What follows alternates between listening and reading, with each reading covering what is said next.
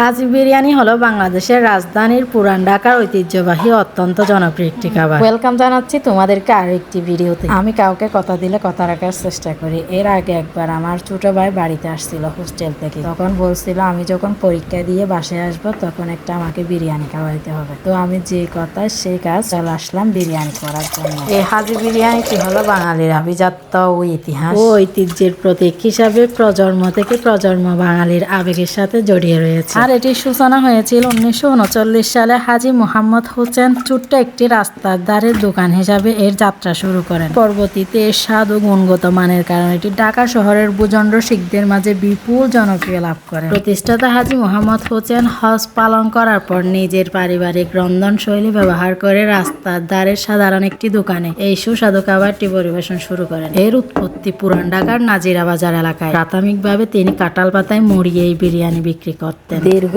8 বছরেরও বেশি ধরে বাঙালিদের সাথে সম্পৃক্ততা থাকার কারণে এখনো এই খাবার বলতে পারে না। বাঙালির সংস্কৃতিতে এটি গভীরভাবে জড়িয়ে আছে। স্থানীয় বাসিন্দা থেকে শুরু করে দূর দূরান্তের ভূচন্দ্র শিখরা এরা স্বাদ উপভোগ করতে আসেন পুরান ঢাকার নাজিরা বাজারে। আর হাজি বিরিয়ানি শহরের গণ্ডি পেরিয়ে এখন গ্রামগঞ্জের অত্যন্ত জনপ্রিয় একটি খাবার হয়ে উঠেছে। আগেকার দিনে তো গ্রামগঞ্জে কাবাব বিরিয়ানি এগুলা হচ্ছে স্বপ্নের মতো। এমনকি বিরিয়ানি বানানো হতো শুধুমাত্র বিয়ে বাড়িতে, তাও আবার খুব কম। আমরা তো কখনো বিয়ে বাড়ি ছাড়া বিরিয়ানি বাসায় দেখি না। বর্তমানে তো বিরিয়ানি প্রতিটা ঘরে ঘরে বানানো হয়। আমি আবার ছোটবেলা থেকে বিরিয়ানি খুবই পছন্দ করি। আমার তো সবকিছুই রেডি করা শেষ। আজকের বিরিয়ানিটা একটু ভিন্নভাবে রান্না করব। প্রথমে একটা ডেকচি নিয়ে এরপরে আমি মাংস দিয়ে দিলাম। মাংস দেওয়ার পরে রসুন আর আদা বাটা দিয়ে দিলাম। এরপরে হচ্ছে সরিষা লাল মরিচের গুঁড়ো দিয়ে, তারপর ধনিয়া পাতা আর বাদ পাতা দিয়ে দিচ্ছি। এবার দিয়ে দিতে হবে পরিমাণ মতো লবণ, পেঁয়াজ কুচি, সাথে কাঁচামরিচ কুচি। এরপরে দিয়ে দিচ্ছি বিরিয়ানির মশলা। বিরিয়ানি মশলা দেওয়ার সাথে সাথে গরম মশলা আর একটু ঘি,